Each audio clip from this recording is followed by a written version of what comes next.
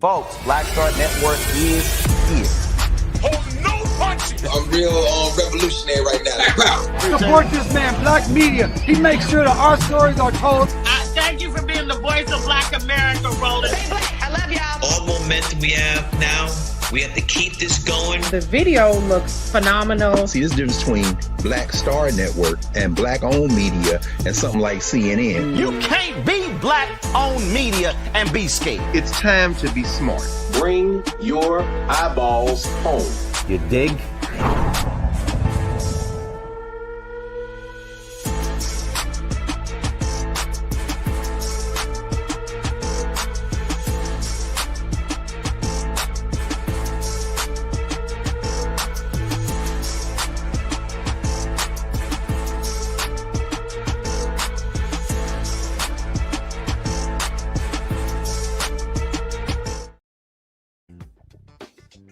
November 23rd, 2025. I'm Brittany Noble sitting in for Roland, who's on a much needed vacation.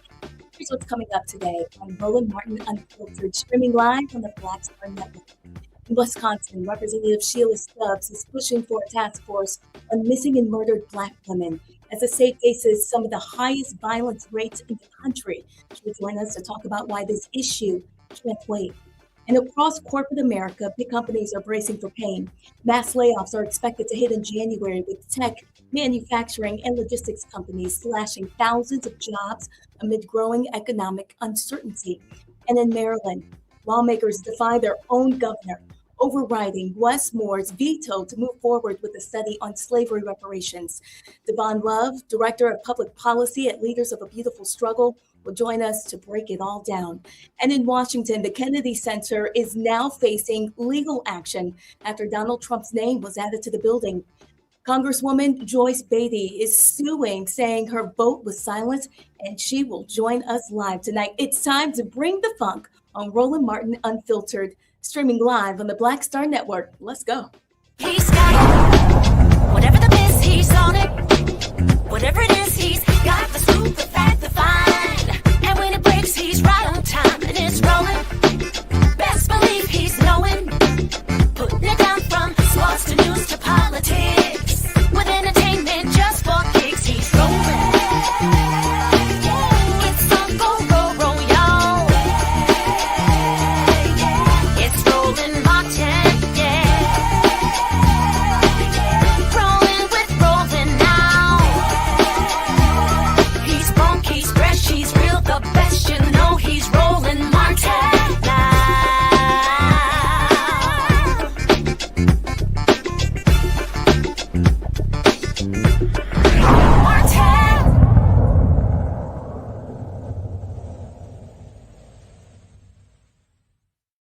Once led the nation in homicides of Black women, and now a Wisconsin state representative, Sheila Stubbs, is not giving up on a bill to create a task force on missing and murdered African American women and girls. The Assembly passed the measure last year, but it stalled in the Senate, so Stubbs is back at the Capitol pushing the proposal for a third time. The 17-member task force would bring together law enforcement, legal and victim advocates, and families to collect better data, examine why Black women face the highest rates of violence in the state, and recommend ways to prevent it. Joining us now is Sheila Stubbs, Representative Sheila Stubbs, to discuss the bill. Thank you for joining us. Thank you for interviewing me. And again, thank you to Mr. Martin for allowing me this precious opportunity to talk about policy that's been very near and dear to my heart. I just want to say that I appreciate the opportunity to discuss that I have introduced this legislation, Missing and Murdered African American Women and Girls Task Force legislation, 3 times. I've had 3 sessions.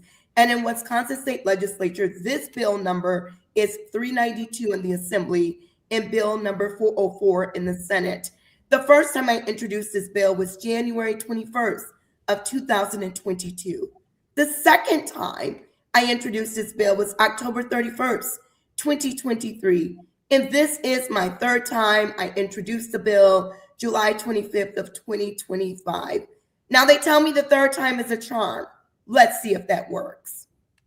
Well, I know you've been doing a lot of work. You guys have been having meetings. Tell me about Sharday Robinson and how you were able to share her story.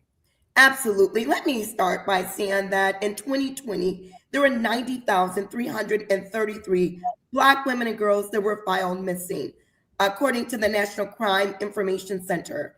That number rose from 97,924 in 2022 and to 97,577 in 2024, according to the National Crime Information Center.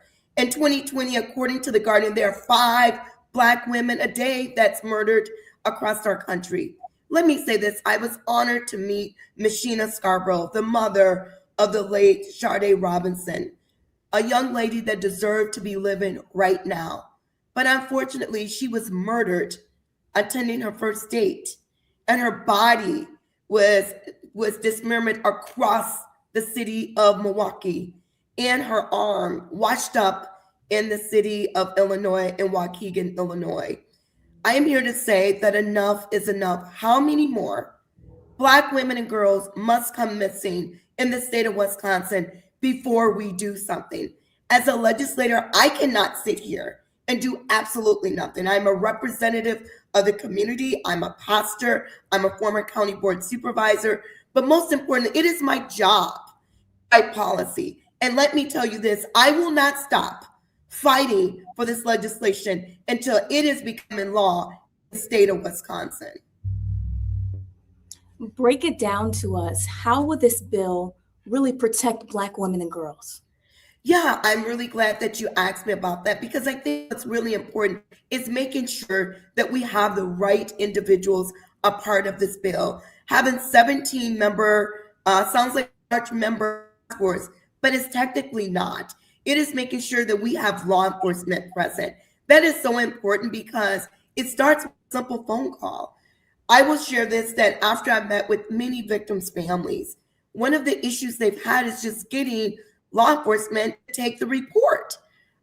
Sometimes they've been told words like the child, that, one of the girls is a runaway. For example, Janiyah Walker, who has been missing here in Wisconsin, when her mother tried to do the report, they considered her a delinquent. No one wanted to look for her. So it took 6 months. So let me just say, first and foremost, what this task force is going to do is give us data. What's been really difficult to gather is the data across the state of Wisconsin. I've had to go to a national level to get specifics across the state of Wisconsin and what's been done. Number 2, it's going to be a voice for our victims and their families. They need to be on a platform so they can keep advocating for what's important. Their voice is the loudest voice, the most sincere voice, and the voice that we need to get it done. We're going to have representatives that are lawmakers. That's going to be a part of the task force. It's important to have Democrats and Republicans part of this legislation. So as I understand, the Assembly passed the bill, but it stalled in the Senate. Any idea about the pushback? Yeah, so I'll be very honest. It was the former Senator Dewey Strobel, who did not believe in diversity, equity, nor inclusion. We can even add the word accountability or accessibility. He did not believe in it. And he said that if you do it for one, you need to do it for everyone. Well, guess what? I'm supportive of diversity, equity, and inclusion. So it was not a problem for me, but it was very clear it was a problem for him. When the bill was sent to his committee, he would not even give this bill a hearing. That's the least he could do. And so I advocated, and I asked all my partners and friends across the country to reach out to his office, and we advocated, and something happened. Let me share it with you. We were able, because of our grassroots effort, to get that bill removed from his committee. And it was reassigned to the Substance Abuse Committee that it should have been sent to with families. And we had a hearing. We had an executive hearing. The hearing passed in the Senate, but he blocked the bill from being heard in the Senate floor. I'm here to share some good news. He's no longer a senator in the state of Wisconsin. I'm going to keep fighting. And this is really important for me. I will be a voice for every Black woman and girl across the state of Wisconsin, these families that have to go through the shame and agony and nightmare, not knowing where their child is or knowing, like Sharday Robinson, she was killed. I think this is a good time to bring in our panel tonight. We have Dr. Mustafa Santiago Ali, former Senior Advisor for Environmental Justice, CPA. We also have Dr. Larry J. Walker, an Associate Professor from the University of Central Florida, joining us tonight. Thank you, gentlemen, for your time. Any questions for? Yeah, I can go first. First of all, Representative Stubbs, congratulations on your hard work and advocacy. Mustafa and I both work on public policy issues. We know how hard it is when an important issue, particularly relates to the needs of Black people, is ignored. I think my question is, can you name one or two things when you talked about advocates? What are they saying, or one of the two challenges as it relates to addressing the issue of when Black women and girls go missing, and when it comes to interaction with law enforcement or other agencies in terms of figuring out how we can take this more seriously? Well, we know and thank you so much for your comment, Dr. Walker, and I applaud you. Thank you for your support and thank you for your questions. I'll start out by answering the question this way. As I spoke with Lashiki Hill mom, Miss Georgia Hill, her issue was they wouldn't even take the report. Lashiki Hill became missing in Racine, Wisconsin. It's been over 2 years now. And they said everything like, maybe she's in jail. Maybe she's a prostitute. Maybe she's out with her friends. Maybe she's been drinking and driving. They said everything to diminish simply taking the report. That is problem number one that I would say. Problem number two is follow-up. Many of these families have shared with me getting law enforcement to simply continue to stay in contact with them and make sure that they know what's happening within the investigation. Our former chief of police, Dr. Sean Barnes, who is now the chief of police in Seattle, Washington, did a lot of research. And in Wisconsin, there was a cold case that they solved 50 years ago. And he said something with me that I didn't know. He said, an investigator is always assigned to a case. Well, if they're assigned, why are these families not getting communication? So I would say that was problem number one. The second issue that I would say is media. Media, we know for sure, is 4 times less likely to cover a missing and murdered African-American woman or girl. And so media has a huge accountability. What I can share with you is with this legislation, I have been able to get media to support me. It's because I have given them the stats. So I would say those are the two issues that I would hear from these victims and their families. Dr. Ali. So much for everything you're doing. This hits home for me. My grandmother's sister actually disappeared years ago, and we could never, they never could get anybody to help them. But I remember, the words of Malcolm X is ringing in my ears right now. He once said that the most disrespected, the most unprotected, and the most neglected person in America is the Black woman. I'm wondering, what additional things do we need to do around education to help our community to understand the significance of this problem, the magnitude of this problem, and how to best get engaged to help support you and others who are trying to make sure that our Black women and girls are protected? Thank you so much. And my heart goes out to you and your family. I couldn't even imagine what that feels like. I often start my conversations with the families. My prayers are always with them. And I want them to know somebody is listening and somebody is fighting. There are days that I am literally crying in my office. And who else could I ask for? Having this platform with Mr. Martin is huge because you have an audience I haven't reached. I think number two is one of the processes that I've started is going to the churches, speaking to the sororities and the fraternities, Black organizations, getting letters of support from the NAACP.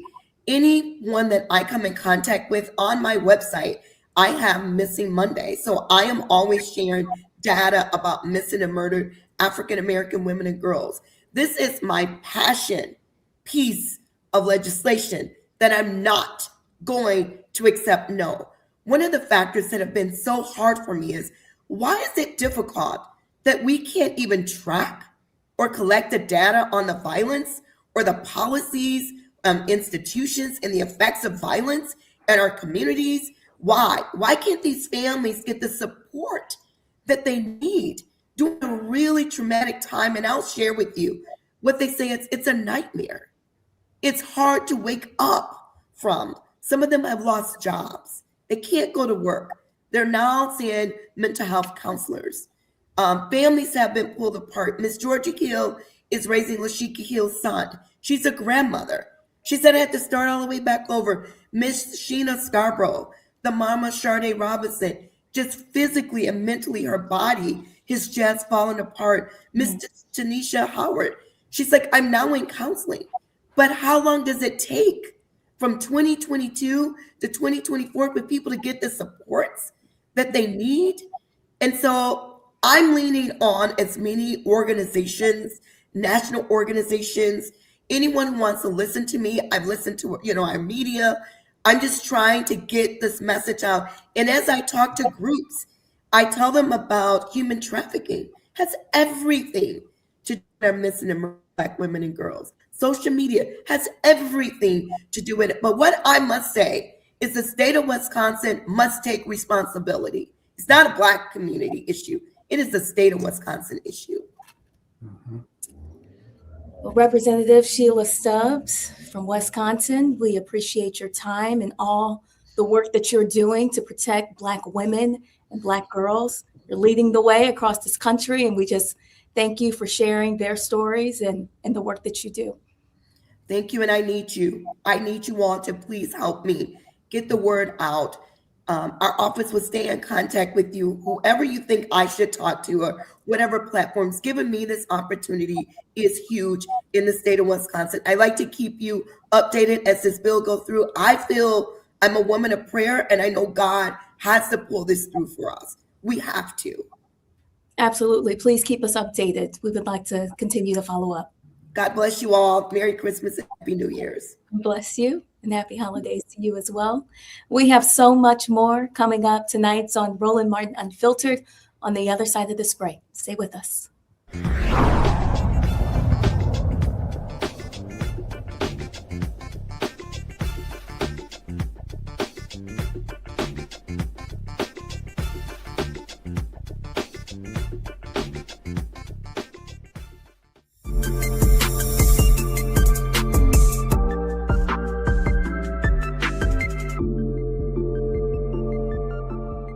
Are you ready for the holidays? This week on A Balanced Life with Dr. Jackie, we're talking about all things anxiety and the holidays, whether it's performance anxiety, presence versus presence, making certain that everybody in your space understands the boundaries and how to respect your home. This week, we're talking about those things that will allow you to have a peaceful holiday season. It really is not about perfection. It's really about the house feeling warm and cozy and peaceful. You don't have to like everybody, but what you can do is be cordial in those environments. That's all this week on A Balanced Life with Dr. Jackie here on Black Star Network.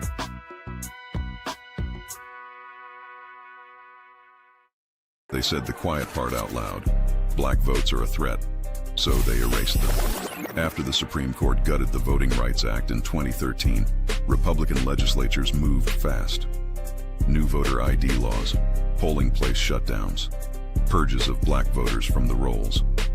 Trump's Justice Department didn't stop it, they joined in. In 2018, his DOJ backed Ohio's voter purge system, a scheme that disproportionately erased Black voters. Their goal, erase Black votes and political power. Yeah, that happened. These are the kinds of stories that we cover every day on Roland Martin Unfiltered. Subscribe on YouTube and download the Black Star Network app. Support fact-based independent journalism that centers African Americans and the issues that matter to our community.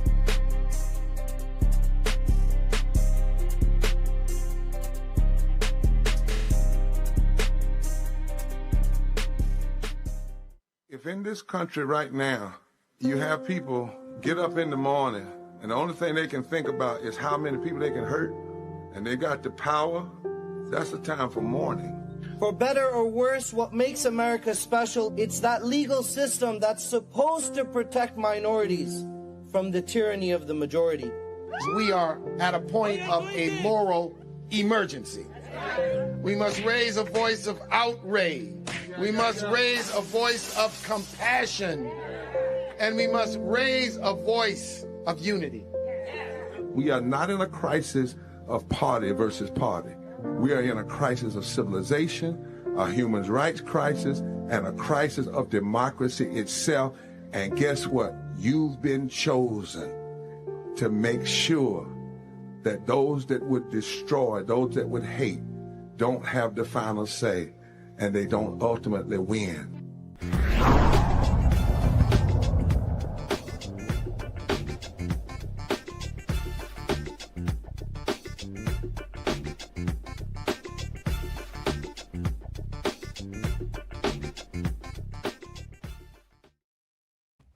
Well, the Justice Department has released yet another massive batch of files tied to Jeffrey Epstein, more than 11,000 documents and pictures connected to investigations into a sex trafficking network.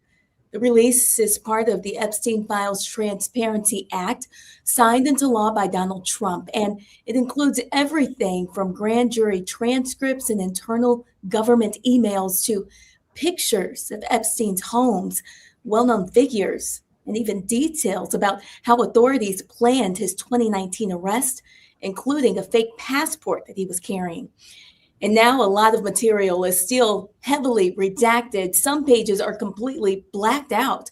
And while the law sets a December 19th deadline, the Justice Department says the sheer scale of the records, hundreds of thousands of pages overall, made that impossible. So the files are being released in stages. Let's bring our panel in tonight so we can discuss this. The latest release, I'm reading 29,000 pages, so many redactions here. What are your thoughts about that, Dr. Ali? It's about power and privilege. You know, when you have power and privilege, it protects folks in many instances from the law, from being held accountable. You know, it's amazing that we've had all these years to pass. We have all these women and girls that have been, you know, hurt and impacted in such a significant way, and only 2 people were ever prosecuted. So this is an opportunity to actually help for healing. It's an opportunity for healing for the victims. It's an opportunity for healing for the country, to make sure that when we're dealing with sex trafficking, when we're dealing with these types of individuals, that justice can actually become a reality. So yeah, we have a huge amount of documents, not only in this moment that folks are going through, and, you know, there's so much more that will come forward. But at the end of the day, someone has to be held accountable, or some ones have to be held accountable for what they did. Dr. Walker, who's benefiting from all of the redactions? Well, I think, you know, Mustafa talked about it. This is a long-running history, not just in the United States, but throughout world history. Those in powerful positions who take advantage of vulnerable individuals, or find a way, 9 times out of 10, to navigate it without being hurt, impacted financially, or serving jail time. So, you know, it speaks to the challenges in the justice system, and how we just had the conversation in the last segment in terms of ensuring we're protecting victims, those who don't have power and wealth, from, you know, for being mistreated, or in some circumstances, situations, murdered. But this is just another example of how we have failed, society has failed those individuals who we should need to protect most, young girls in particular. And I think the other thing to keep in mind is they've had these documents. This is not like they had to throw all these documents together at the last minute. They've had this information. And, you know, this is part of the politics of the slow release of this information, to make it as difficult as possible to kind of sort through. Now, let's also highlight, certainly if you're redacting information, it's important to protect, you know, those individuals who were victimized, and also maybe some of the individuals who are, you know, working with the state or federal government. But beyond that, all that information should be made available to individuals throughout society, and they should have an opportunity to determine, if we're talking about policymakers or business individuals in business or others, who should be held accountable. I mean, you're right. If the government had this level of detail, grand jury transcripts, internal emails, pictures, does it make you wonder how Epstein was able to operate for so long? No, it doesn't. I mean, I see Mustafa laughing. And like I said, listen, this is not new. And we should note that politicians for a long time have been caught up in various scandals. You know, this is not new in terms of, you know, like I said, we've know some policymakers who've been involved in these kind of scandals throughout history. And so it's not new. What has to be new is that Americans have to believe that there's an opportunity here to change course and make sure we protect those who are vulnerable. Well, I want to thank you both for weighing in your thoughts on that. And of course, we will have so much more coming up on Roland Martin Unfiltered. We'll be right back after the break.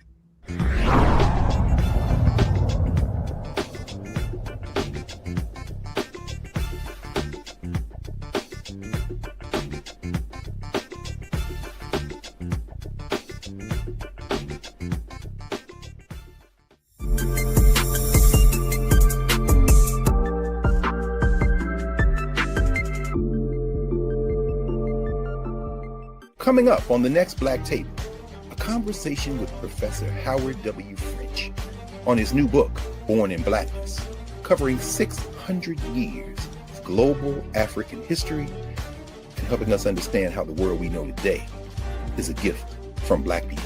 There could have been no West without Africa and Africa. That's on the next Black Table with me, Greg Carr, only on the Black Star Network.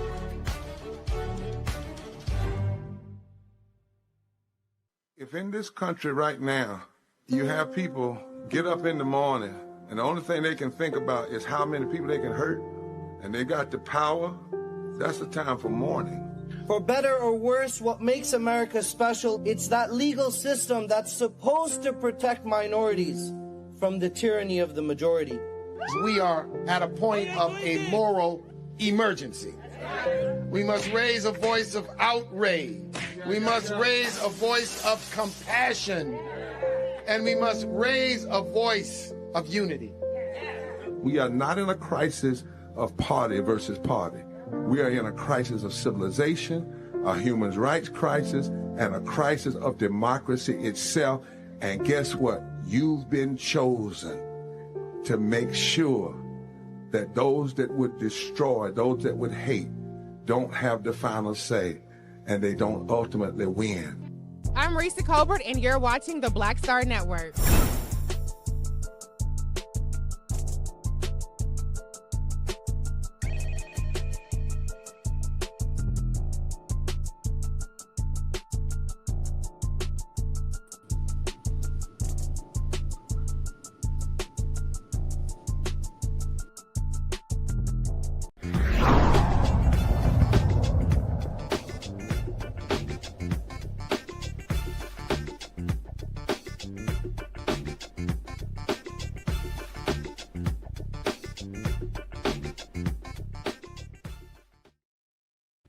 Welcome back.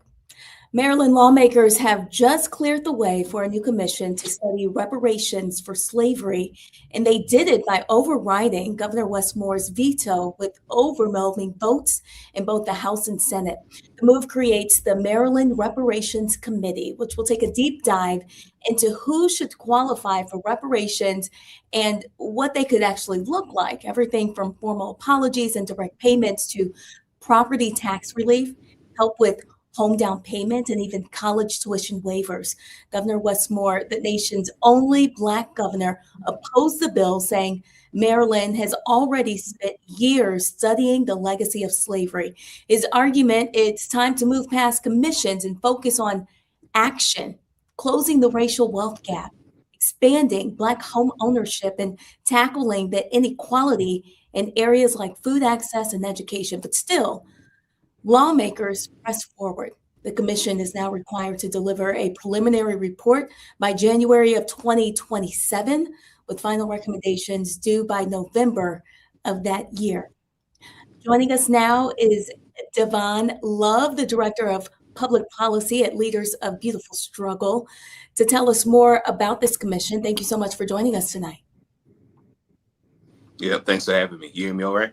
I can hear you just fine. Thank you. Tell us a little bit more about the commission. So I want to just give a little context to the legislation. There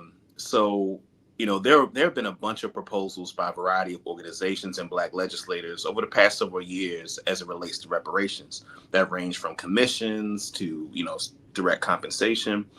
And we actually presented a proposal, to the Black Caucus, to the governor in 2024, with specific policies as to what reparations would look like.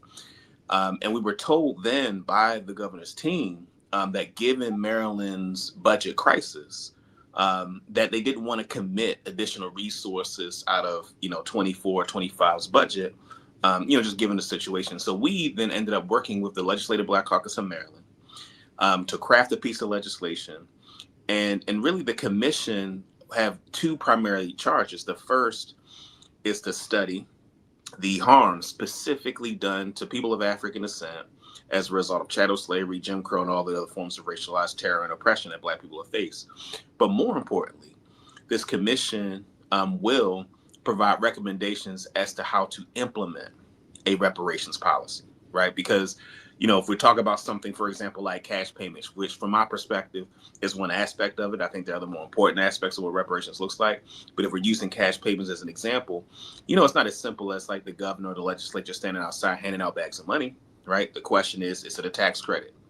Is it an institution that's going to give out cash, right? What is the process? What is the infrastructure?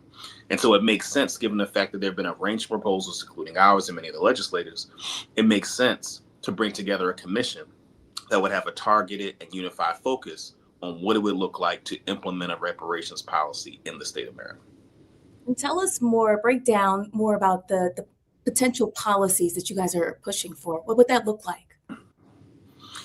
Yeah, so, and I'm gonna use this opportunity to address one of the things that you mentioned in the introduction around some of the governor's commentary about why he vetoed the bill. Because I think there's often a way that people confuse economic inclusion with reparations, right?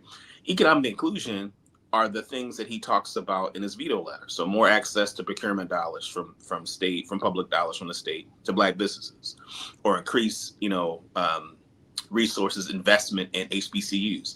That's good policy, right? But that's about economic inclusion in the existing political, economic, social order.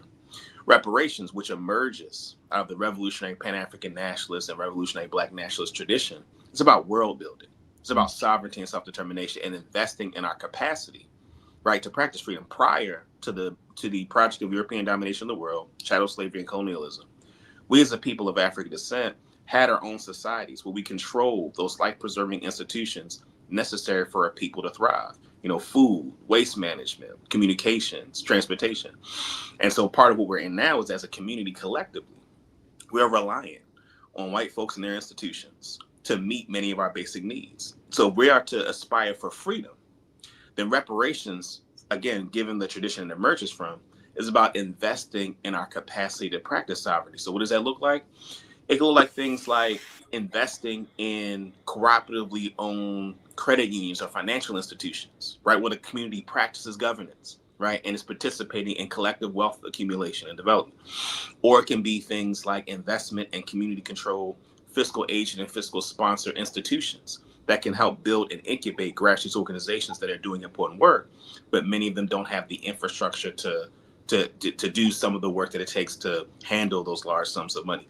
Those are the examples of the kinds of things that's about building independent Black economic and financial infrastructure that is different from some of the things that the governor mentioned in his veto letter. And that's why it's important to have a commission to provide some more examples of what those kinds of policies will look like.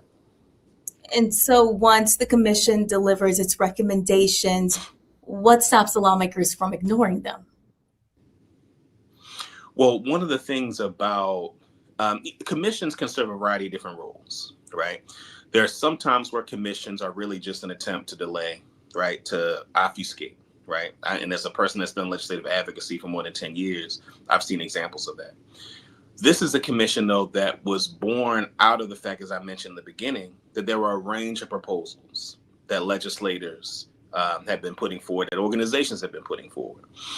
And so the benefit of having a legislatively backed commission is that it makes, because all these things are things that require legislation. These aren't things like the governor can do on their own, or can do on his own, right? These are things that require legislative action. And so having a legislatively backed commission to put forward some of these proposals helps to make those proposals more viable in the legislature, right? It provide, and especially given the fact that Maryland, I think it's important to note, as we talked about, and I haven't mentioned yet, the politics of the override. Maryland has the largest Black caucus in the country. And so Maryland's legislative Black caucus spearheading, right, not only just passing the legislation, right, in Maryland, but overriding the governor's veto, I think speaks even more to the viability of the recommendations that will come from this commission. Because the Black caucus, I would argue, over the past 5 or 6 years, has become a much more formidable force in the legislative landscape in Maryland. Maryland's a Democratic Party stronghold, right? So it has supermajorities in both the House and the Senate in our state. And so the Black caucus having such a tremendous influence in the legislative arena adds to the fact that the combination of this commission, with the fact that these will likely be Black caucus priorities in our state legislature, I think lend itself to these measures that will be recommended by the commission being more viable legislatively.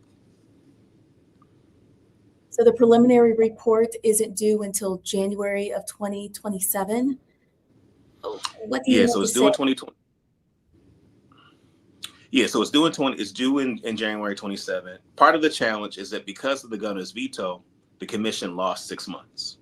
And so January 2027 is not that's tomorrow, right? In terms of the work it's going to take, the research it's going to take to build the infrastructure to have a committee function on being able to produce recommendations. So it is an ambitious effort that this commission is going to embark upon in order to produce the kinds of recommendations that I think are going to be substantive. But organizations like mine and many other organizations are going to put a lot of effort into helping to support this commission and ensuring that what it produces is comprehensive and is impactful and meaningful, to the residents of the state of Maryland. And while you guys are working on that, what do you have to say to people who are just struggling right now and, feel like they're forgotten?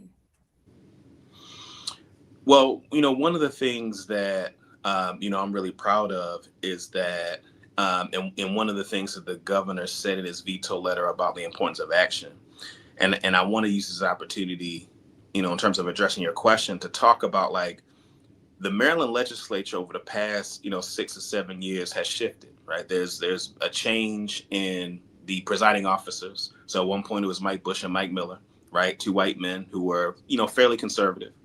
And the shift in the presiding officers in our state legislature, and I would argue the increase in the kind of political power and influence of many grassroots organizations like my organization and others, we've been able to push policies, right, that have been more substantive in addressing many of the concerns of everyday people. So you think in 2021, 1974, Maryland was the first state to establish a law enforcement officers' Bill of Rights that was copied by 14 other states around the country.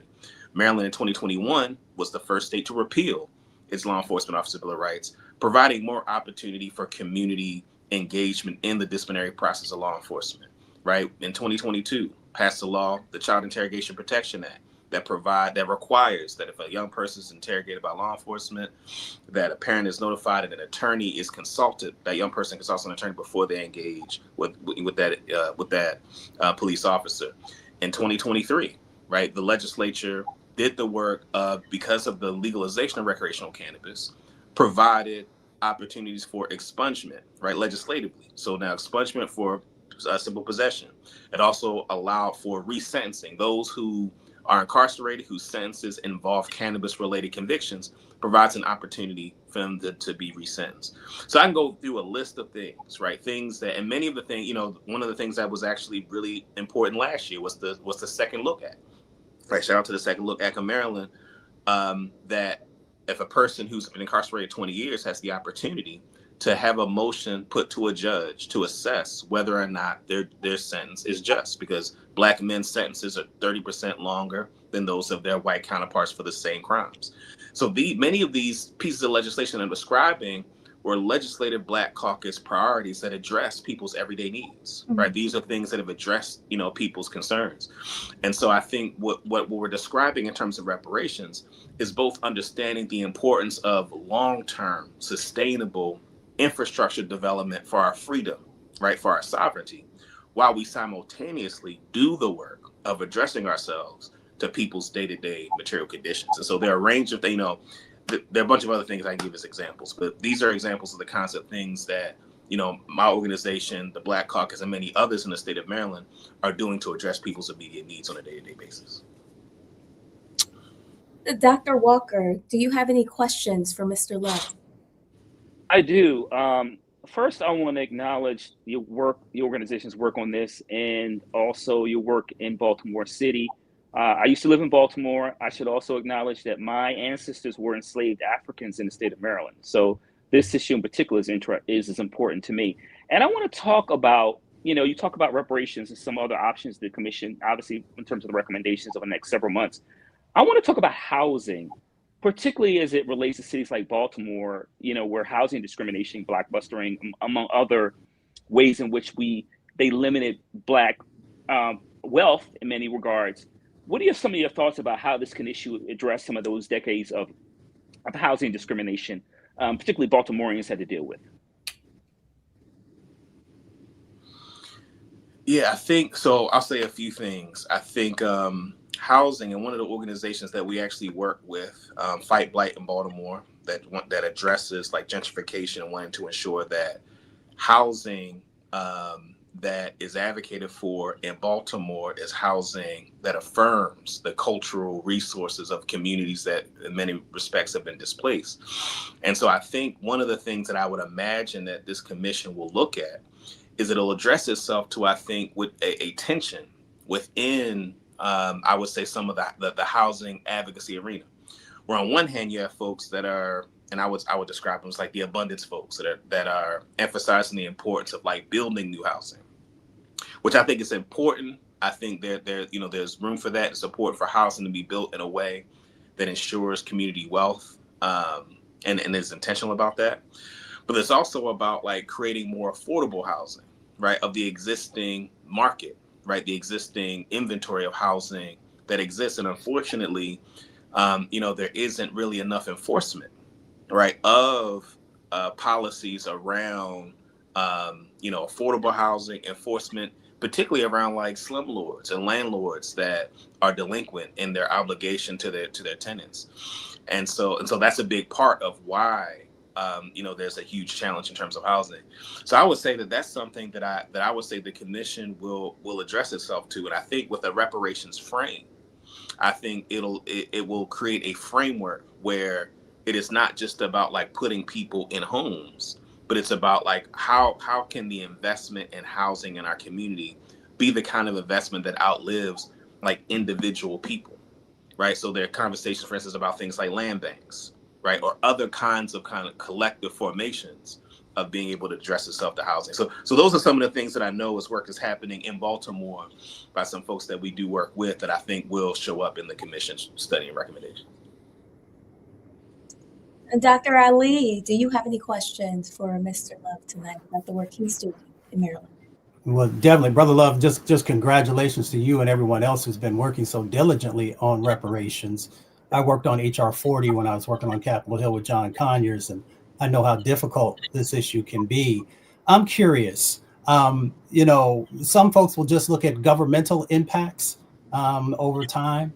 Others will also take into consideration the corporations, which continue to make, huge amounts of money, whether we're talking about banking or we're talking about insurance or some of the educational institutions that made, their fortunes off of our bodies. I'm curious how the commission will move forward in looking at both the corporation or the corporate side of the equation and those government actions and laws that may have been put in place.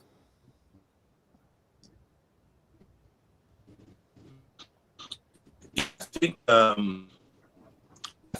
part of the because I speculate in terms of what the stuff too. The idea is that we've had about addressing the challenges of this. Y'all still here?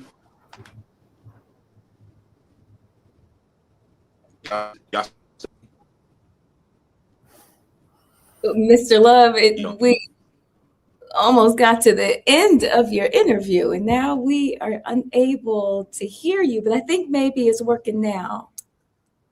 Uh-oh, we lost you. Okay. Well, he is working hard in the state of Maryland on those reparations. Again, January 2027 is when they are expected the commission to deliver those recommendations. Of course, that's something we'll stay on top of here on Roland Martin Unfiltered. We have so much more in store for you for our show tonight. We hope you'll stay with us and join us right after this break here on the Black Star Network.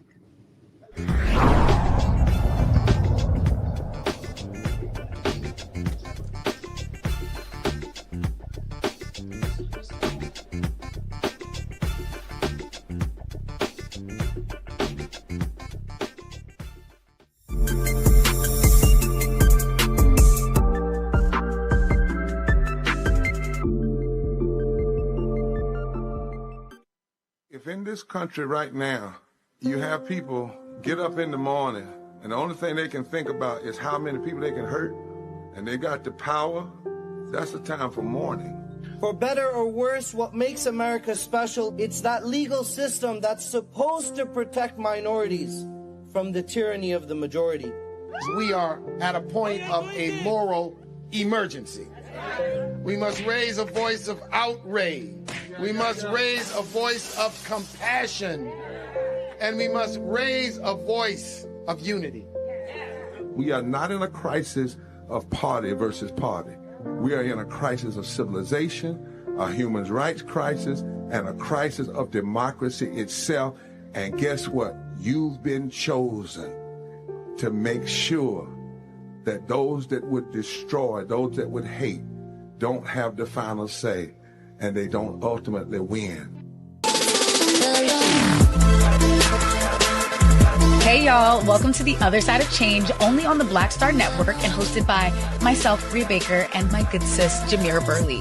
We are just two millennial women tackling everything at the intersection of politics, gender, and pop culture.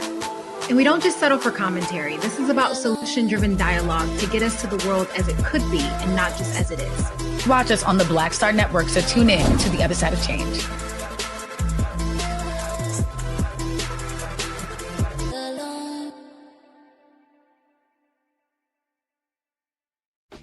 Hey, what's up, everybody? It's Godfrey, the funniest dude on the planet. And you're watching Roland Martin Unfiltered.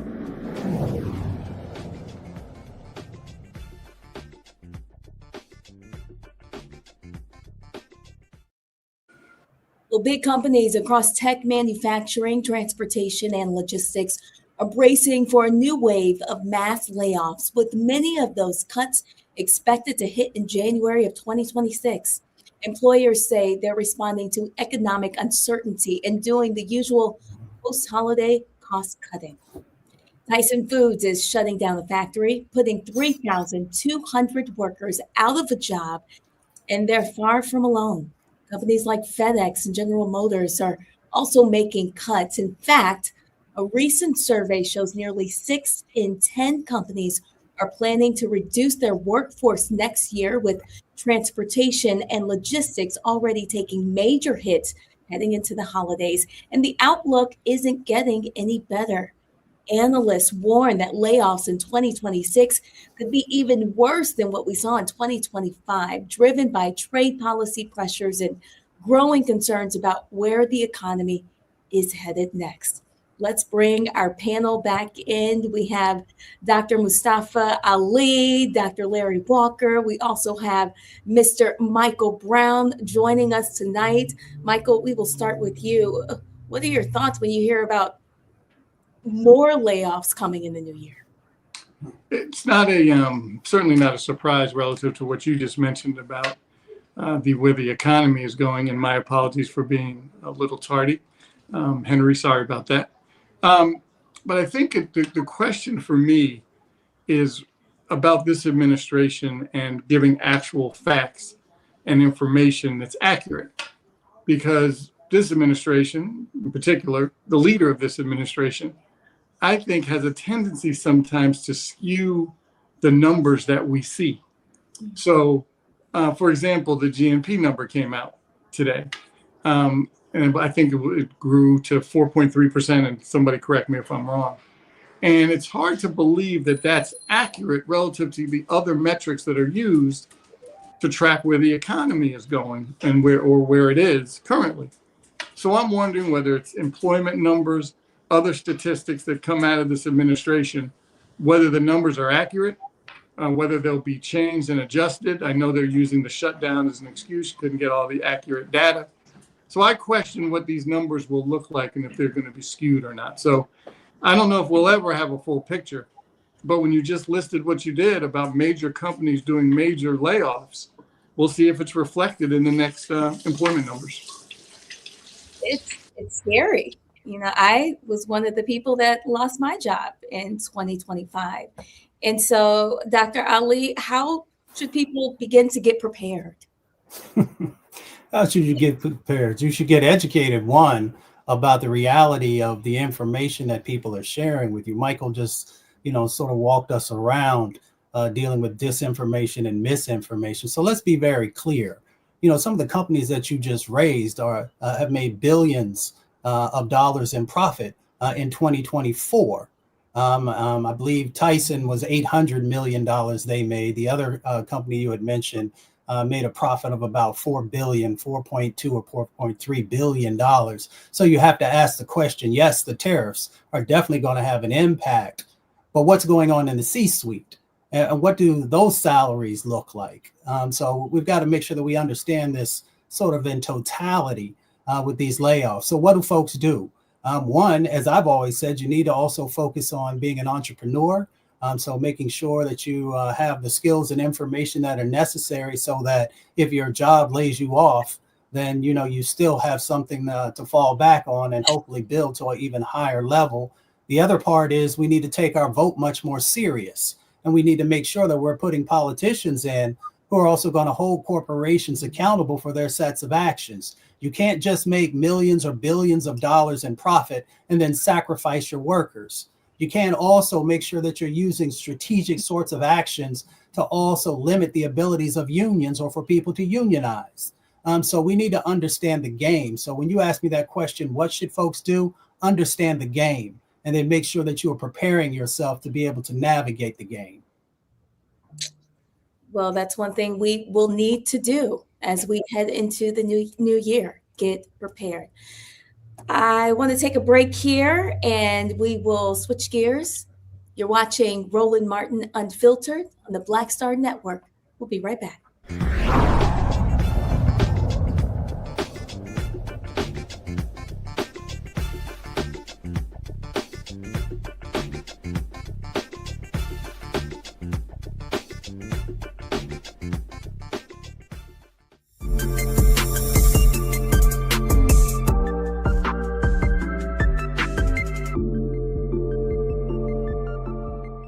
If in this country right now, you have people get up in the morning and the only thing they can think about is how many people they can hurt, and they got the power, that's the time for mourning.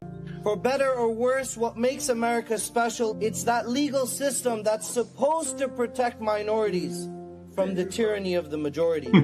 We are at a point of a moral emergency. We must raise a voice of outrage. We must raise a voice of compassion. And we must raise a voice of unity.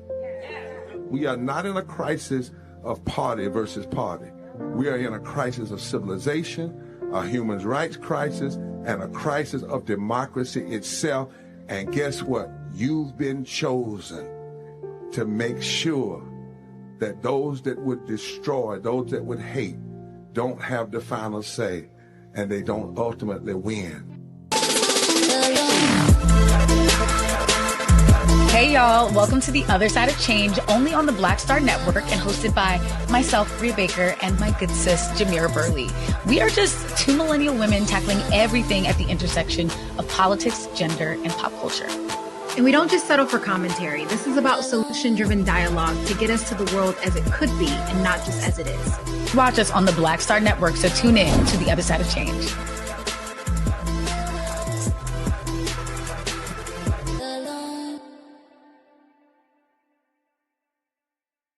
Are you ready for the holidays? This week on A Balanced Life with Dr. Jackie, we're talking about all things anxiety and the holidays, whether it's performance anxiety, presence versus presence, making certain that everybody in your space understands the boundaries and how to respect your home. This week, we're talking about those things that will allow you to have a peaceful holiday season. It really is not about perfection. It's really about, the house feeling warm and cozy and peaceful. You don't have to like everybody, but what you can do is be cordial in those environments. That's all this week on A Balanced Life with Dr. Jackie here on Black Star Network.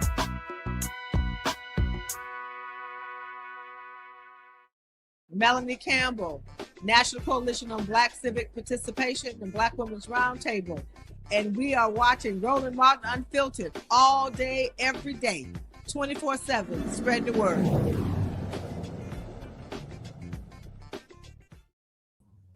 Well, since January 20th, the day Trump took office, at least 3,800 children under the age of 18, including 20 infants, have been detained by Immigration and Customs Enforcement. This information comes from a new analysis by the Marshall Project, which found that the Trump administration's revival of family detention has led to thousands of children being taken into custody. These children were held longer than the limits prescribed by the courts. Former Department of Homeland Security staff members say the ICE is intentionally detaining families for extended periods to expedite deportations and compel them to leave the country. Shannon Heffernan, a staff writer at the Marshall Project, joins us live to talk about what they are finding out. Good evening. Thanks for joining us. Thank you so much for having me. Tell us a little bit more about what you found out about the children that are in these conditions. So these are children, we focus particularly on children who are in ICE detention. These are children who are being detained along with their families. So this is a little separate from what you might have heard about children who are being separated from their families and detained in facilities that are only holding children. The conditions we found from court records were very troubling. You had people who were not getting the proper medical care. For example, one child who had an ear infection that because it did not get proper treatment was beginning to have hearing loss. We heard stories of people not being able to get bottled water to mix with formula for a baby to keep that baby safe. We heard stories of mold and worms contaminating the food. But I think perhaps the most troubling thing was just the psychological effect on these children. Children who are kept in prison-like conditions for long stretches of time. That's not going to be good for their mental well-being. And this is a delicate point in a person's life where mental health trauma can have a really huge effect. I think I read that some of the children had been playing with rocks and some of the children had been wetting themselves, just effects of what they've been experiencing, correct? Correct. So you mentioned the playing with rocks. One of the complaints that the families made in these legal filings that we read was that there weren't enough toys. There was not access to educational activities. One mother said that when they were in one of the facilities, she noticed that there was a glass window that if you steamed it up, you could sort of draw a picture with your finger like we all did on like car windows when we were kids. And the guard yelled at her and told her not to do that. So even these like creative ways to try to find stimulation for the children were not allowed. One parent reported their child was having such mental health troubles that they were hitting themselves, as you mentioned. Parent reported that the child had been potty trained, began wetting themselves, just because of the distress of these circumstances. Now, these children are lucky enough not to be separated from their parents, but they're still in these prison-like conditions that can be very troubling for a young person. As I understand, the courts have said it's excessive to hold the children longer than 20 days, but why is that happening regularly? So there's a 20-day benchmark. It's not always exactly that moment in time, but that the ICE is supposed to try to not keep children in custody any longer than that. In fact, it's supposed to release them as soon as possible because you're not really supposed to detain children if you can help it. But we noticed in the data that we found that 1,300 children we found have been held past that 20-day benchmark. And you asked, why is it happening? Well, what we've heard from the experts that we spoke to is they think that the administration is holding these families for long periods of time for two reasons. The first is it's very difficult for families to fight their legal deportation cases when they're in custody. Access to the law library is slim. Being able to get in touch with a lawyer and have the finances to be able to pay that lawyer is difficult. So by keeping families in custody for those longer stretches of time, it's going to make it easier to deport them. It's going to make it easier to get through those legal proceedings. The other thing is they're perhaps hoping, the experts we spoke to said that the administration is perhaps hoping to not have to deal with the legal arguments at all, because if families are in these conditions, they might do what's called voluntary departure. They are so upset or disturbed by the conditions that they're in that they say, hey, we'll leave voluntarily because we are so troubled by these conditions. That's even if that family might have a valid legal case to say, like an asylum case, for example. Family detention was discontinued.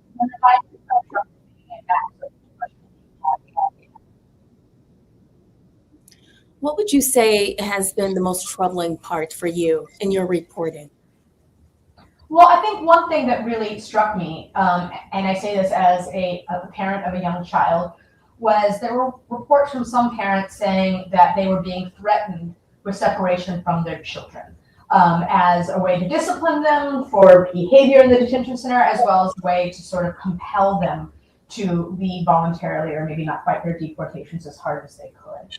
And I think anybody who's been a parent or just loved a child in their life and cared about a child in their life knows what it's like to be separated from that child that you care for, and to have that happen to you forcefully is something that that I think is troubling and deserves our attention. What do you think people should be watching for next? Well, I mean, we know that detention has been ramping up across the country. So one thing I'll be watching in the new year is if Trump continues that pace of putting people in custody, and if that includes families and young people, that's something I'll definitely be keeping an eye on in the new year. We know that there have been these blitzes in various cities, like Chicago, my hometown, where they've been quickly arresting people and sending some of them into detention. So I'll be looking to see how all that plays out in the new year, if they can keep up that pace, because it does take a lot of resources. They have a huge amount of funding from Congress with the new funding bill. So we'll see if they put that into action quickly. What you're describing is just absolutely heartbreaking for people that are watching at home. Any suggestions on what, if anything, they can do to help? Yeah, so as a journalist, I usually don't get too prescriptive about what actions people should take, but I think that, I would say that if this is something you care about, your lawmakers have power, and that's who you should talk to about your opinions on these issues. Let's bring in our panel. We have Dr. Larry Walker. Do you have any questions tonight? Yeah, I do. First, I want to acknowledge that your reporting on this has been excellent. I know it takes a long time to put this information together, a lot of interviews, et cetera. So kudos for putting this story together. I really want to talk about, in terms of, we talk a lot about how our former governments had a skill supposed to balance out. And I know that, judges in some cases are trying to do their best to hold the administration accountable, but they are not certainly, don't seem that stressed about responding to these timelines. You talked about the 20 days or these other, horrible conditions. And I'm wondering, as a reporter, and what are your thoughts about what 2026 is going to look like in terms of these conditions? Yeah, I think that's an excellent question, Dr. Walker, and very insightful. Thank you for that question. I think the courts themselves, you can put too much faith in the courts, and despite what I just said about lawmakers, you can put too much faith in lawmakers. What needs to happen if people want changes, there has to be movement just beyond those levers of power. In terms of what things look like in 2026, I mean, we know that there's a huge amount of funding set aside for detention and deportations and arrest. And I expect they're going to do their best to spend that money and continue what they're doing as fast as they can, unless political pressures don't allow that to be the case anymore. Dr. Ali. Yeah, well, thank you for everything you're doing. You know, I worked a whole bunch of both man-made and natural disasters over the years, and I saw firsthand how children can be impacted and the long-term impacts if they don't get the support and help they need.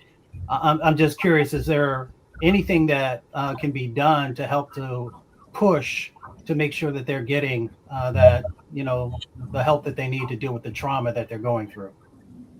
Yeah, that's an excellent question. I think that there's been some really strong grassroots movements we've seen of people trying to support children whose families are caught up in the deportation system. For example, here in Chicago, there's groups that have been trying to get toys for Christmas and fund legal services for these families. But in terms of the conditions themselves, I mean, what we always say in journalism is, you know, when you shine a spotlight into things, it makes it much harder for them to continue with atrocities. So I think people paying attention, asking their lawmakers or others that might have power to actually get into these facilities to observe them and get information outside those facilities is always something that I think can help push against the abuses. Michael Brown. I too want to echo my fellow panelists on your good work and keep it up. When you were doing some of these interviews or conducting some of these interviews, did anyone talk about more kind of in the weeds about how do you deal with an administration that doesn't care about lawlessness? They don't care about that the laws are on the books because they're playing obviously the long game relative to just keeping things moving, because obviously you have to go to federal district court first. Then if you lose, you go to the appellate court, then potentially the 3-judge panel in that particular district. And then maybe if the Supreme Court takes it, you get it to the Supreme Court, which obviously can take months, if not years. In the meantime, young children, young people and families are being split up and frankly tortured and being treated without any kind of humanity. So did any people talk about how do you deal with that? Or is it just we have to wait till the next election and new laws can come on the books for remedies? Look what we're dealing with the Epstein files. I know we're going to talk about that later. But just complete violations of the law. Did anybody you talked to have any solution for that? So that didn't come up in the interviews. I didn't hear any particular solutions around that. But what I have heard from activists and other outlets is sort of what this moment I think is showing us is that the courts and the law, they're always going to reach their limitations. And you have to locate levers of power and ways of pushing that are outside that. But those may not be the only thing that you can rely on, especially when you have an administration that that may not change their behavior just because the court rules something. I mean, I think the other thing that I think a lot about that is sort of similar to what you're saying is I think that sometimes there's this feeling that if the cruelty is exposed, that would change their behavior. I even alluded to that earlier. I do think that there's something in this particular administration where the cruelty itself or the harm that people are experiencing is actually something that is part of the spectacle that they're creating. They want to discourage people from coming to this country. They want to encourage people to leave voluntarily, even if they have a legal reason to stay. And so the sort of performance of the harms against people and the spectacle of the harm actually can sometimes work in their advantage rather than shaming them and pushing them to change their ways. So I think that can become a very difficult landscape to politically maneuver. Thank you. Shannon Heffernan from the Marshall Project. We want to thank you for the work that you're doing, for your report. Thank you for bringing it to light here on Roland Martin Unfiltered. Thank you so much for your all's work. All right, let's take a break, folks. We'll be right back after the break. You're watching Roland Martin Unfiltered here on the Black Star Network.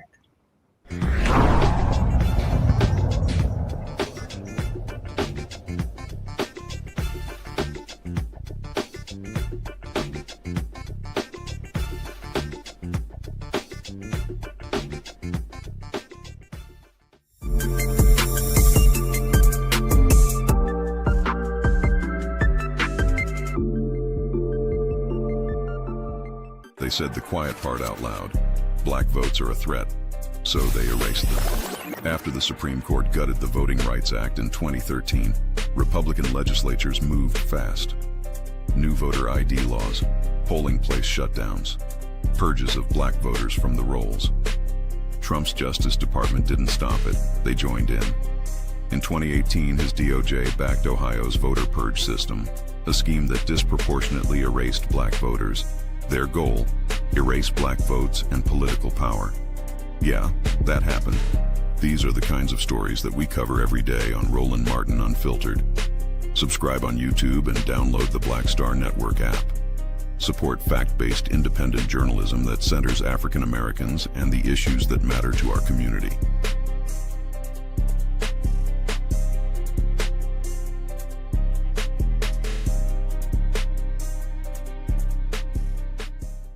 If in this country right now, you have people get up in the morning and the only thing they can think about is how many people they can hurt, and they got the power, that's the time for mourning.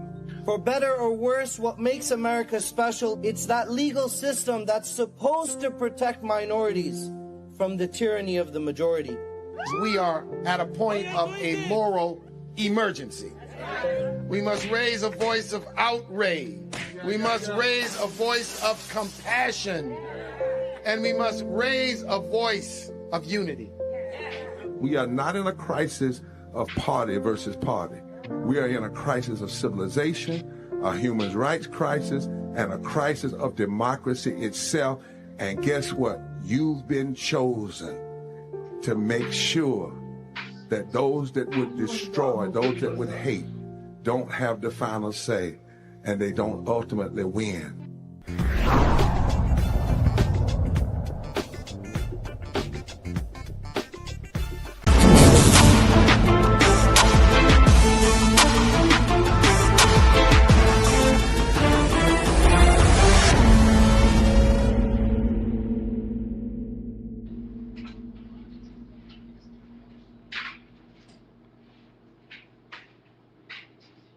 Nationwide campaign to void the asylum claims of thousands of immigrants with active cases in immigration court by arguing that they can be deported to countries that are not their own.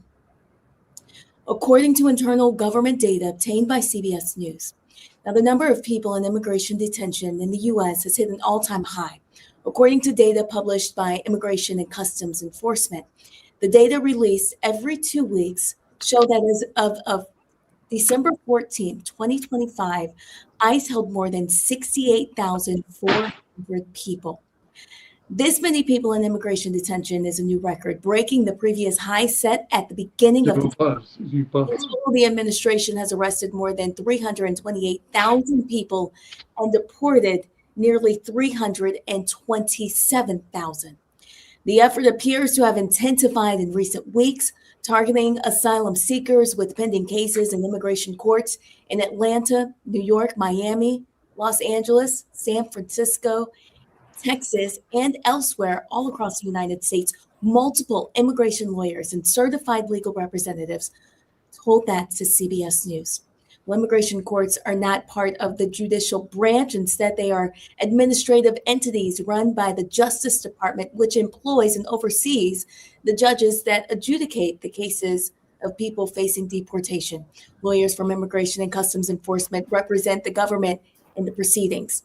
The administration's new tactics involve ICE attorneys asking the immigration judges to toss out asylum claims without hearing them on merits. In these requests, ICE argues that the asylum seekers fearing prosecution in their home countries can instead be deported to one of several nations that the Trump administration has persuaded to accept deportees who are not their citizens. In this committee hearing, Representative Jasmine Crockett dismantles Donald Trump's immigration narrative piece by piece and says the quiet part out loud. She calls out Trump's agenda as openly racist, unconstitutional, and rooted in cruelty, not public safety. Crockett exposes how immigrants are being scapegoated while the real problems remain untouched: unaffordable housing, rising grocery prices, stagnant wages, outsourced jobs, and a healthcare system that Republicans refuse to fix. She points to the largest and most inhumane deportation program in modern American history and asks the obvious question: if immigrants are the problem, why is everything still broken? Bring in the pan. President Trump has made it clear that he only opposes lawful immigration when non-white people immigrate to the United States. His immigration agenda isn't about public safety or economic stability or jobs. It's about racism. It was racist during his first administration. It's racist now. And like his first administration, he's hired a bunch of racists to carry it out. In fact, I'm gonna pause here really quickly.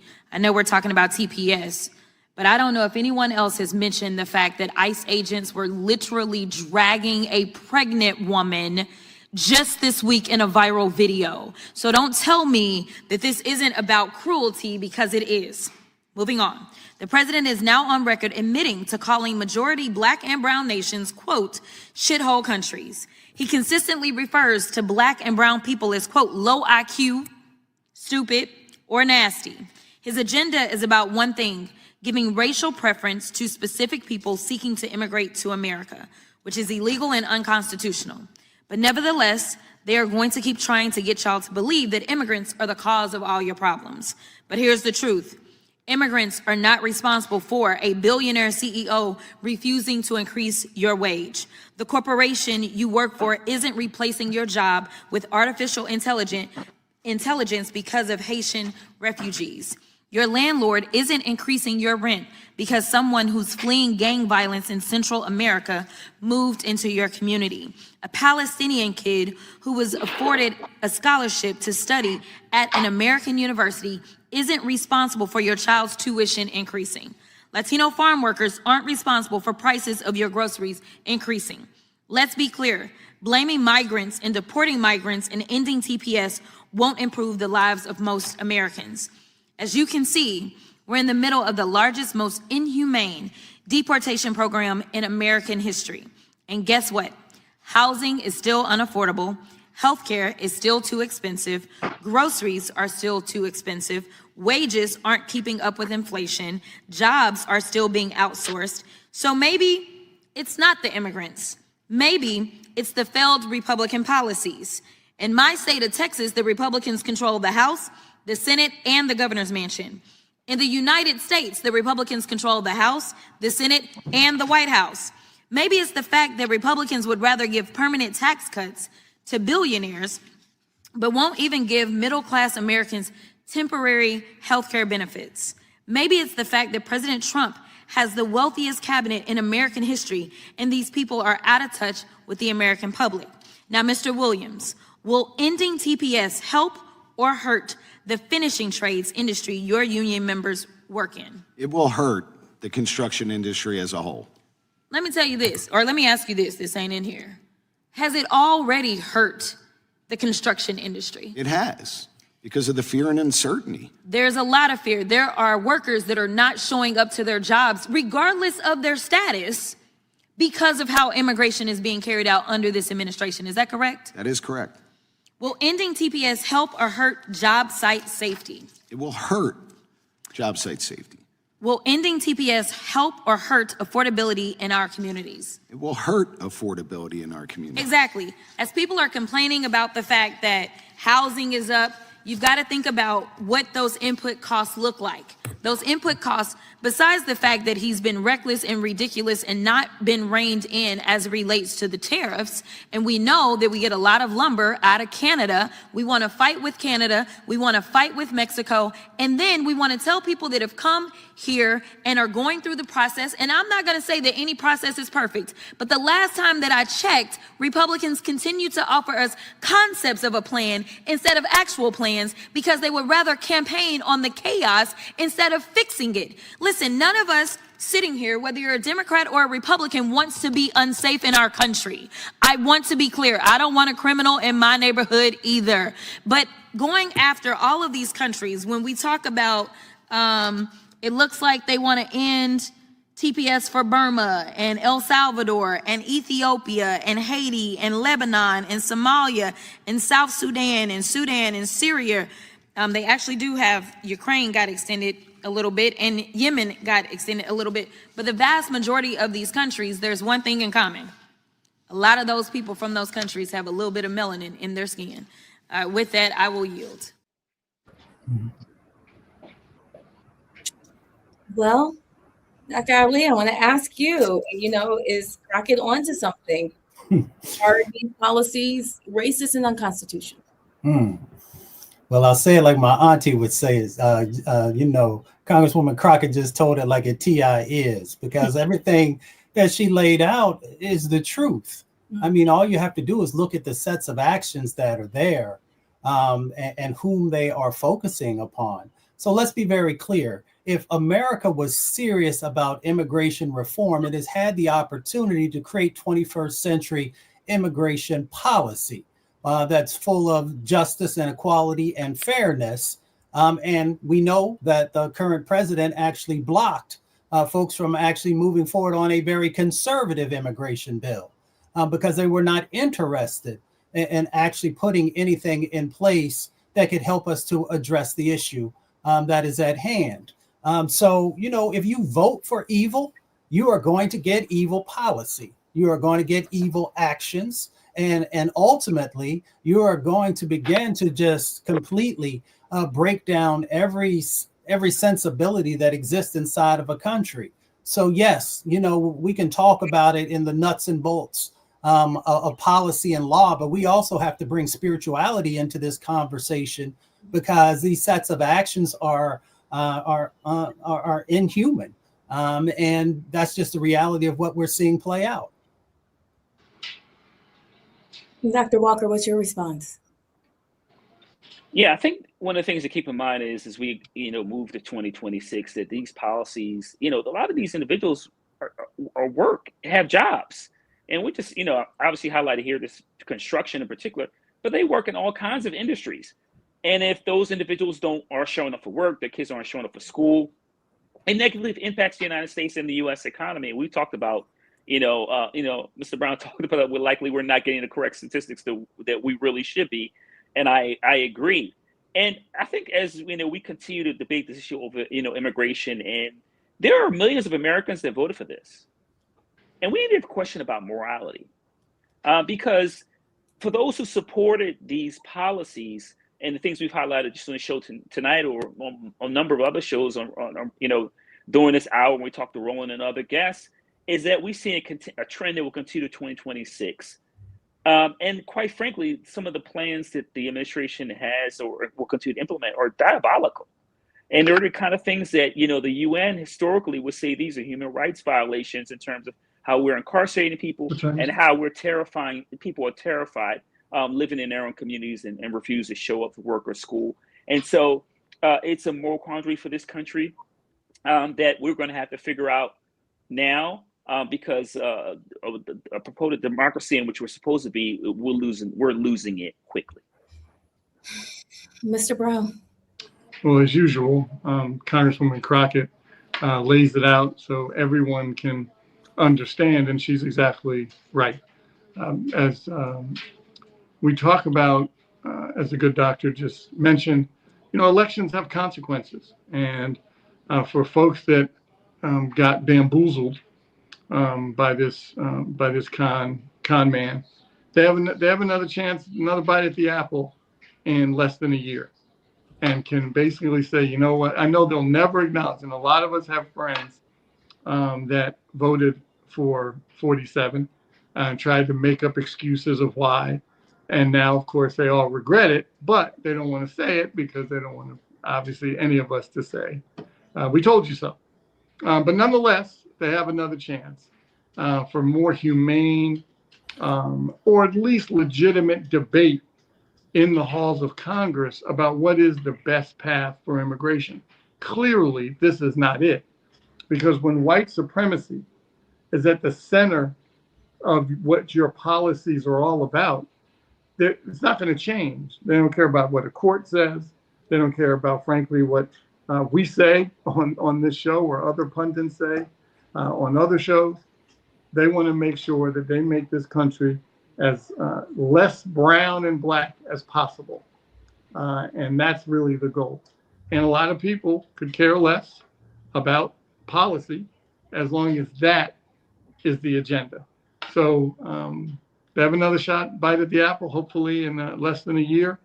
Hakeem Jeffries will have the gavel, and it won't stop these terrible and mean, inhumane policies, but it certainly can put some hurdles and some speed bumps in that path. And frankly, if we get even luckier and the Senate, which is now in play, very difficult, but if even the Senate flips, I mean, then obviously then the agenda does stop.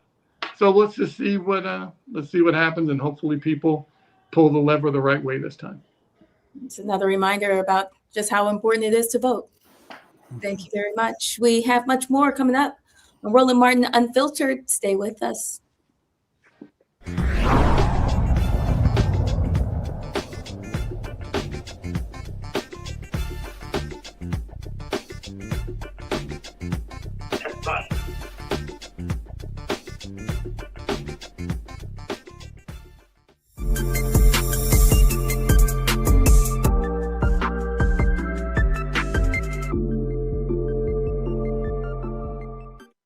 If in this country right now, you have people get up in the morning and the only thing they can think about is how many people they can hurt, and they got the power, that's the time for mourning. For better or worse, what makes America special, it's that legal system that's supposed to protect minorities from the tyranny of the majority. We are at a point of a moral emergency. We must raise a voice of outrage. We must raise a voice of compassion. And we must raise a voice of unity. We are not in a crisis of party versus party. We are in a crisis of civilization, a human rights crisis, and a crisis of democracy itself. And guess what? You've been chosen to make sure that those that would destroy, those that would hate, don't have the final say, and they don't ultimately win.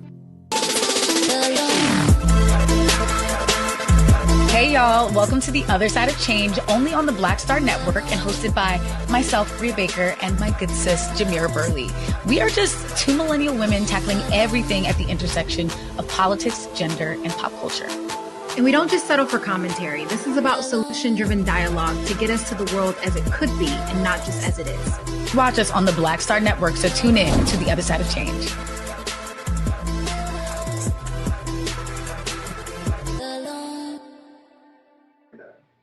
People have other life. Hey, what's up, everybody? It's Godfrey, the funniest dude on the planet. And you're watching Roland Martin Unfiltered.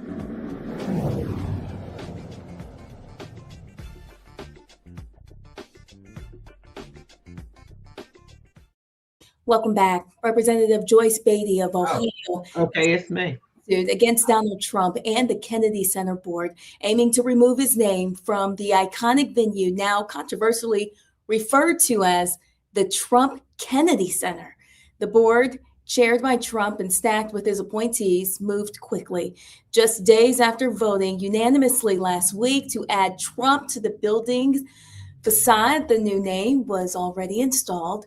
Beatty says she was muted during that call, effectively blocking her from voicing her opposition. So in her lawsuit, she calls the move a flagrant violation of federal law. She joins us now. Congresswoman Joyce Beatty, thank you so much for joining us here on Roland Martin Unfiltered. And thank you for having me today.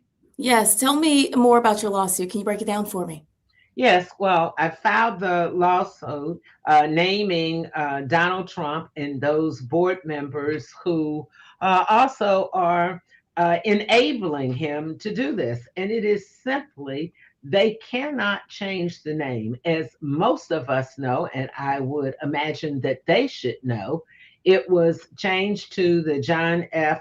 Kennedy Performing Arts Center in 1964, shortly after his death in 1963. It was then and still is the only memorial for him, living memorial for him. And it is very clear in the congressional statute that the board cannot do what they've done.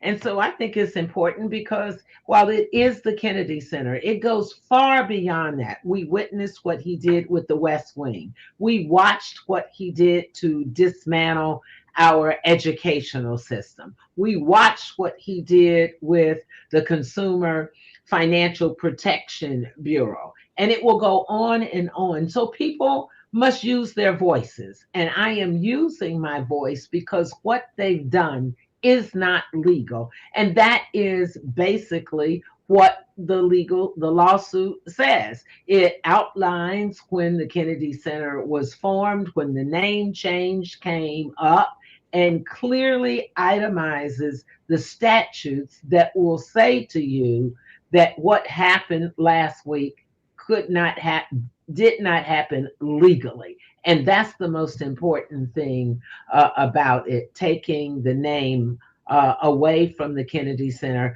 Whether you are adding a name over top of it, it is still a name change. And here's the thing. This was done, in my opinion, far before the board even met, because how did you get all those letters made within a day to the size and have everything ready to go? And I am sure we're going to hear when the Kennedy Honors airs this week that during that taping, Donald Trump made reference to the center was going to be named after him. So it's a disgrace and it's illegal. And we cannot be silent and just let this president do things because he simply wants to do it. And then when he gets caught, he changes the rules again. And so that is why I filed the lawsuit. Walk us back through that phone call when you felt like you were being silenced. Well, we're sitting in the board meeting by Zoom, and you had an option. When we did get notice of the meeting, it told us that it was going to be at the home of the Winds or virtual. It did not give us the address at that time, so I didn't know where I would be going. So we checked that we would be on virtually as other members and other board members did. And so the whole meeting was, in my opinion, was less than professional. There were all kinds of complications that they were having with trying to get the president on to speak in the beginning. And they went through the agenda, and the whole agenda was about how awful everything was with the Kennedy Center and how Donald Trump had come in with his cronies and fixed everything and made it better. I want to remind people that he was also the president 4 years ago and appointed his board members. So if it was so bad, why was none of this mentioned or done at that time? So we go through all of the items on the board, and then at the end, it was said that, oh, we have some good news. We're going to change the name of the John F. Kennedy Center to Trump Center. Later, they clarified it, I guess, because now it says the Donald Trump Center. And as I tried to unmute myself, because my button went to mute, you could hear and others could hear me saying, Congresswoman Joyce Beatty, I have a concern. My microphone immediately was muted. So every time I would hit the unmute, it would go back to muted. And then I actually received a message on screen saying that my microphone would not be unmuted. So I tried again to do that. I actually pushed my video picture because it had also been muted. And then there was a note that went up on the screen that said that none of the participants on Zoom's microphone would be unmuted. And they kept saying it is a unanimous vote. So I didn't get to voice my opinion. I didn't get to vote, but it's not just about that. It's about what they did was illegal. And we know this president has a history of not paying attention to the rule of law, not having respect for congressional statutes. You know, it sounds like they literally just silenced you. How do you still have the wherewithal to keep fighting? Well, I think that's what we have to do. I think what they want to do is to silence people. And if we stand still and if we don't speak up and exercise our rights, we will then be enabling this president, this administration to just blatantly do what they think they can do.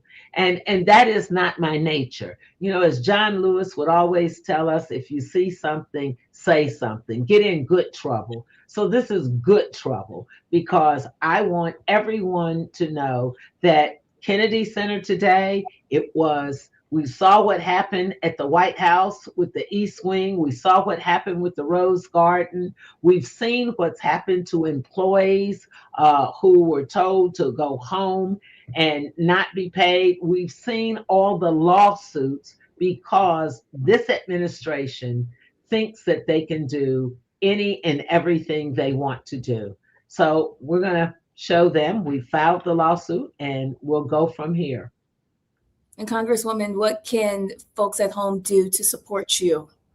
Well, let me just say thank you. My phone is just overloaded with calls. People not only here in my district or in the city of Bexley in Ohio, people from New York, people from the South, and many people, there are hundreds of people who were appointed during the Clinton administration to the Presidential Advisory Committee for the Performing Arts. They are reaching out to me saying, we want to galvanize our voices because it's personal for them. And think about all the performers that have performed there and how they feel when they are hearing that part of this renaming is because it was shameful for many of those individuals who had received the Kennedy honors. And so I want to say thank you for all the calls, the text messages, the emails, other people telling me about things they had tried to do when they served in Congress and you could not rename a memorial. And they are thinking that this could be akin to this, because what's next? The Lincoln Monument? What's next? Oh, I hate to think about what's next. Bring it to the panel and hear any questions they may have. Michael Brown, we'll start with you. Congresswoman, how are you? And happy holidays. Good to see you again. Same here, Michael.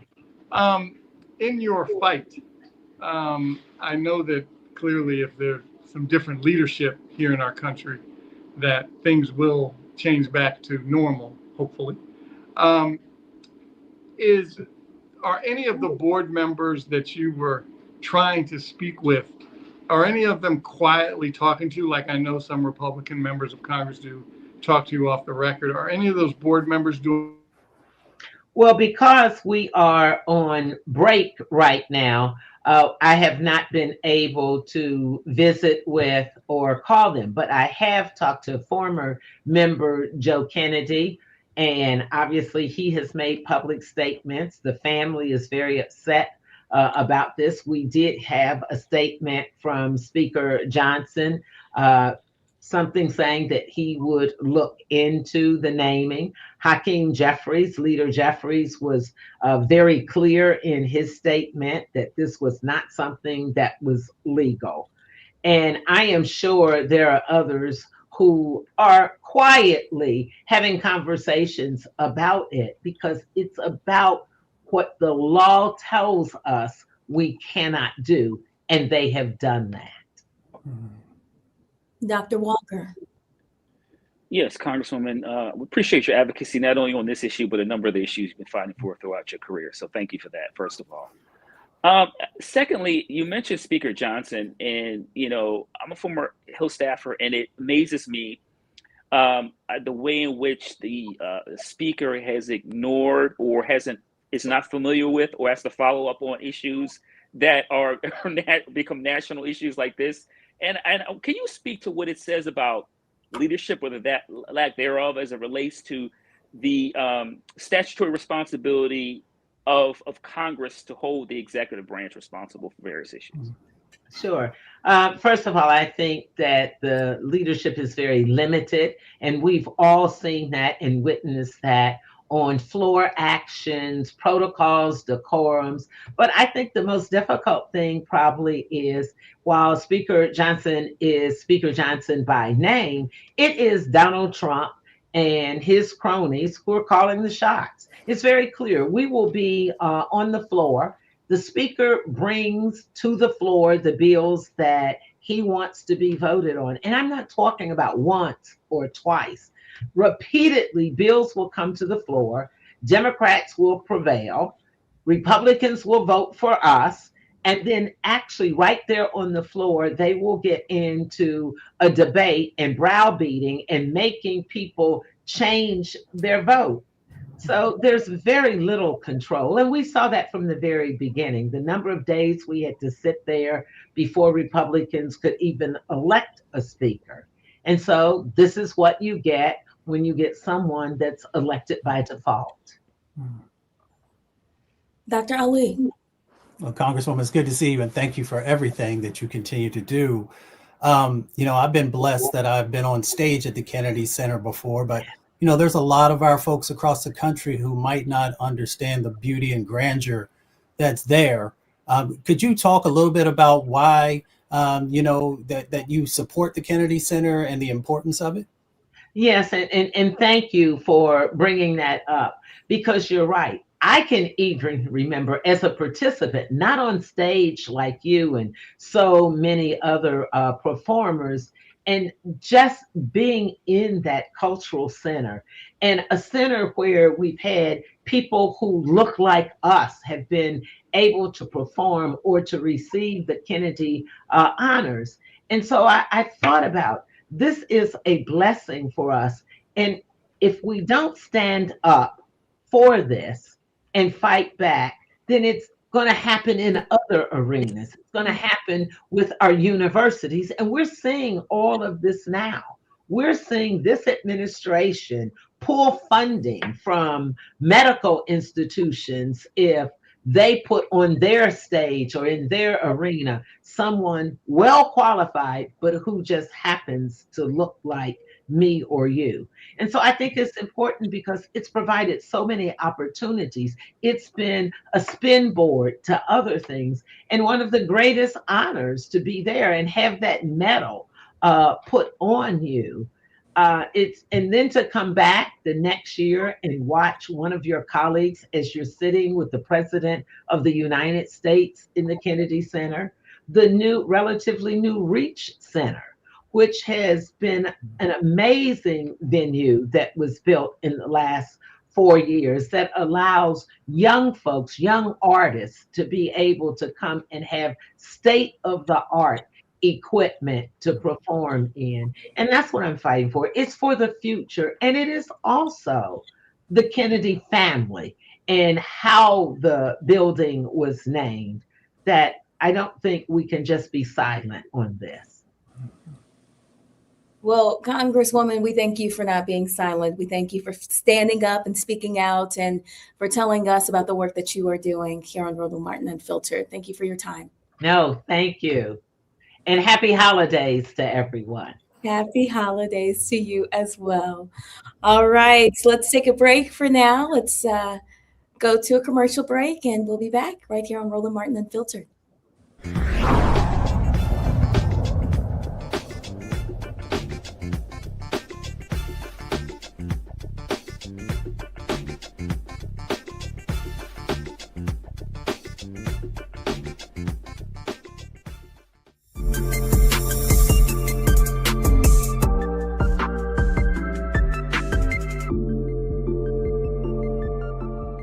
Are you ready for the holidays?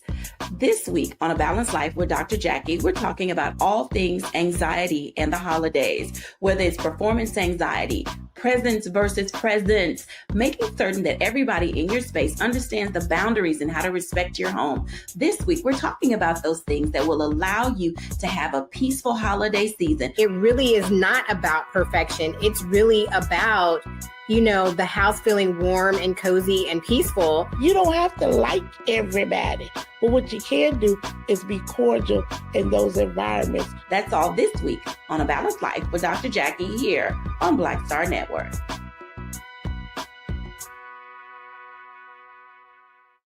They said the quiet part out loud. Black votes are a threat, so they erased them. After the Supreme Court gutted the Voting Rights Act in 2013, Republican legislatures moved fast. New voter ID laws, polling place shutdowns, purges of black voters from the rolls. Trump's Justice Department didn't stop it, they joined in.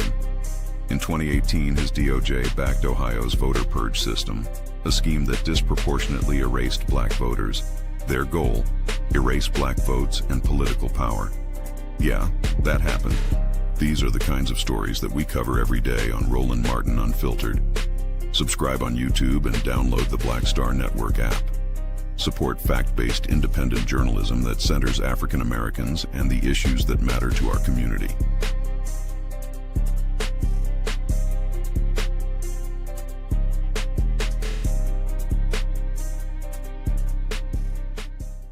If in this country right now, you have people get up in the morning and the only thing they can think about is how many people they can hurt, and they got the power, that's the time for mourning.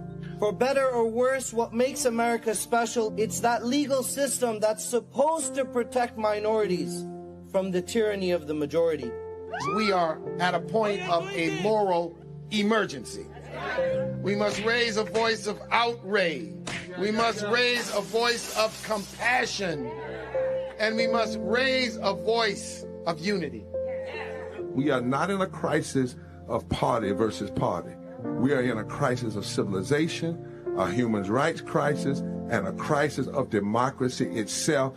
And guess what? You've been chosen to make sure that those that would destroy, those that would hate, don't have the final say, and they don't ultimately win.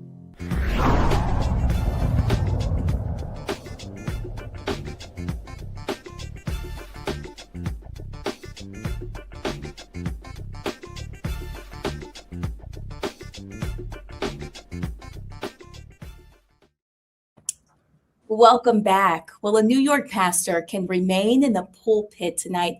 The New York Supreme Court found no fraud or wrongdoing and upheld his election as the 21st senior pastor of the Abyssinian Baptist Church. In October, a lawsuit filed by 4 current and former church members, C. Vernon Mason Sr., Kevin McBruder, Jasmine McFarlane White, and Clarence Ball III, claimed that Johnson's election did not comply with the church's bylaws. The plaintiffs also questioned whether the Pastoral Search Committee, which presented Johnson as the sole candidate to the congregation, was biased. Let's bring in the panel tonight so that we can talk a little bit about this case out of New York. Let's start with you. Well, Michael Brown's not here. Oh, he is here. Michael Brown, what does this say? I was doing a little digging about this case, and it was actually a female preacher that brought this lawsuit up as being overlooked. And my apologies if my dog is barking in the background. It's interesting. Churches, I'm a member of 19th Street Baptist Church here in Washington, D.C., and, all churches have their own kind of rules and bylaws in the way they do things.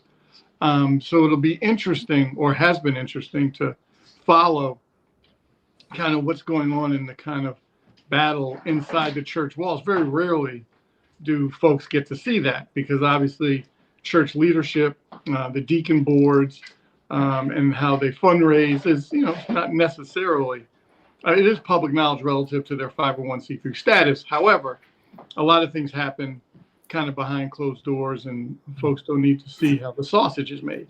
So it's interesting how this has occurred, and it'll be interesting to see if the parishioners in the church comes back together after the lawsuit and conclude. I don't know if they're going to be appeals and it'll continue, but obviously sorry to see this happen, in particular in a Black church. But that's kind of, that's how differences get resolved in court. That's the system that we have. And hopefully at the end of this, people will come back and pray together and hug and move on. You know, it's a historic church that we're talking about the oldest Black Baptist church in New York. What precedent does this set for other churches, Dr. Walker? Well, first, let's acknowledge the court had wanted nothing to do with this case. Secondly, I think we have to acknowledge that, many of us attended church all our life, that religious institutions are political within themselves, and this is a prime example. But I think that thoroughly it is unfortunate that this became public. I've kind of followed this the last several months, and obviously it's a bit messy. But, this is some of the things that, often happen in religious institutions, but it doesn't become public, particularly when it comes to an historic Black institution. So hopefully this puts it to the rest. I seriously doubt it. But once again, this is you pull back the curtain a little bit on how some of these differences in religious institutions, and like I said, this case unfortunately became public. Also topping headlines tonight, the U.S. Department of Education. They are set to resume wage garnishment for defaulted federal student loans, officially ending the pandemic era pause. Starting the week of January 7th, 2026, notices will begin going out to borrowers who are more than 270 days behind on their payments. Under federal law, the government can seize up to 15% of a borrower's disposable wages without a court order. In total, this could impact about 5.3 million borrowers already in default, along with another 4 million who are delinquent. Borrowers will have a 30-day window to act before garnishment kicks in. During that time, they can try to negotiate a repayment plan, request a hearing, or enroll in relief options like the Fresh Start program. Otherwise, collections could hit not just paychecks, but also tax refunds and federal benefits. And Dr. Ali, what are your thoughts about that? Well, let me start with the fact that, undergraduate education in our country, the wealthiest nation on the planet, should be free. So we wouldn't have to worry about students going through this type of a situation. The other part of it is, as Michael said earlier, elections have consequences. And there are some folks, who voted for these types of sets of actions. Not everyone of them. This is another reason why folks need to vote. The last administration was very focused on getting rid of debt through a number of various programs, or helping to condense the debt down so that it was manageable by folks. So we just need to be very, very mindful of how this impacts, especially in a time when jobs are shrinking and disappearing. We've got over 350,000 Black women who have lost jobs, along with a whole bunch of other folks that this could impact.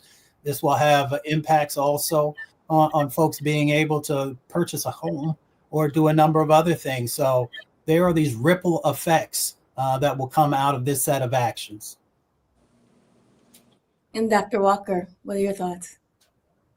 Yeah, this is talks about the gap between the haves and the have-nots, and this is just pretty consistent with this administration. It's also a reminder that we could have addressed this, and the Biden administration fought for this and lost to the Supreme Court, and here we are, millions of Americans, disproportionately those who are Black, are going to have their wages garnished, which will limit their disposable income and prevent them from driving the economic engine in this country. But this is a pro-millionaire, pro-billionaire administration. And this is a class and racial issue.